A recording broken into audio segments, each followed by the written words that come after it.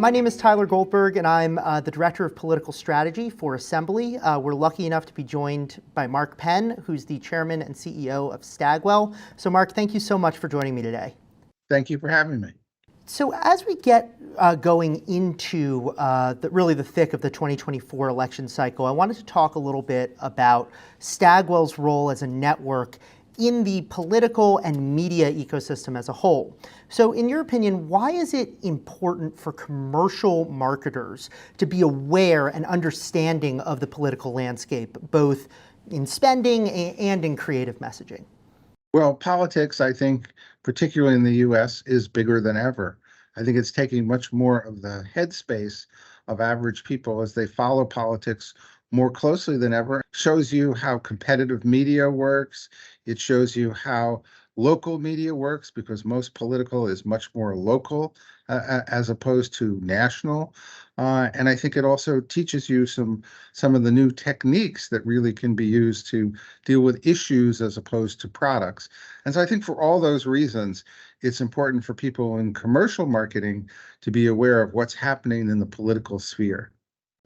Absolutely. So Stagwell's somewhat unique in the market in that a lot of the brands that are part of the Stagwell network are actively involved in the political space. How's that been an asset for growing Stagwell's business as a whole, and also making those companies better at applying those lessons to commercial clients? Well, politics is a growth area, and I think you can look at it in two aspects.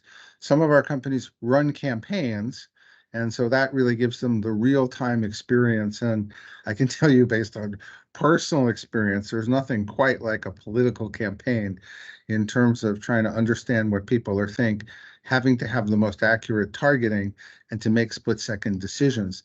And so I think those teams are incredibly valuable in today's fast-paced commercial world. And I think on the other end, we also do a lot of political fundraising. And I always say that political fundraisers are the best targeted or online marketers that we have, because in exchange for their money, consumers get absolutely nothing. Now, in terms of specific product offerings, can you tell us a little bit about Stagwell's risk and reputation practice, as well as some of the other products developed by Stagwell brands that sort of fit this area of expertise that's sort of in between commercial and political? Sure, we've seen that when companies get involved in issues, what I say is, like, people have a political brain and sort of a commercial brain, and usually the political brain's used for voting and the commercial brain for buying. And what happens now is the political brain can take over, and people can act like they're voting when they're buying, when things get mixed up with issues. And we've seen that some devastating events in which companies overnight lost billions and billions of values because they didn't understand the complex environment. That's why we created the Risk and Reputation Unit. And it's got some experienced Democrats, experienced Republicans, experienced pollsters, and experienced people who've run financial communications all together in one unit. Because if you don't have all four of those skills, I think you're at a handicap when it comes to responding to issues that can crop up and overtake even the most expensive and extensive marketing campaign that you're running almost instantly. Yeah, absolutely. We've seen that, especially in terms of sort of companies and brands' advocacy plays and being sort of accused of performative advocacy, and how that also is a risk to your brand, not only being seen as not doing enough, but actively trying to avoid the spotlight can sometimes put you in the spotlight a little more. I know that's something we've been working with clients on through Assembly's ACT suite of tools, which allows commercial marketers to really get the full experience of a political media strategy.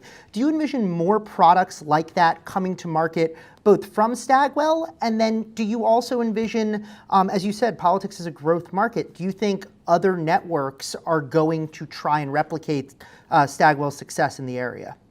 Well, Stagwell is at the forefront of creating digital products for its clients, whether it's AI or AR products. I think ACT is really a good example of something that is used first in politics, because in politics, you're always trying to match the competitor. And so having a full suite of tools that analyzes exactly what the competitor is doing enables you to fill in those gaps and to make sure you meet the competitor, counter their arguments. I think that's just as true, particularly in a lower growth commercial world where people are fighting for market share, just like politicians do. If you don't know what your competition is doing and you don't follow it on the Act suite of tools, then you could be at a real disadvantage. And I found working within companies with vast budgets, oftentimes they would act as though the company is in a universe of its own instead of in an active competitive fight. And to the extent you really are in an active competitive fight, you better have the ACT tools, I think, to help you out.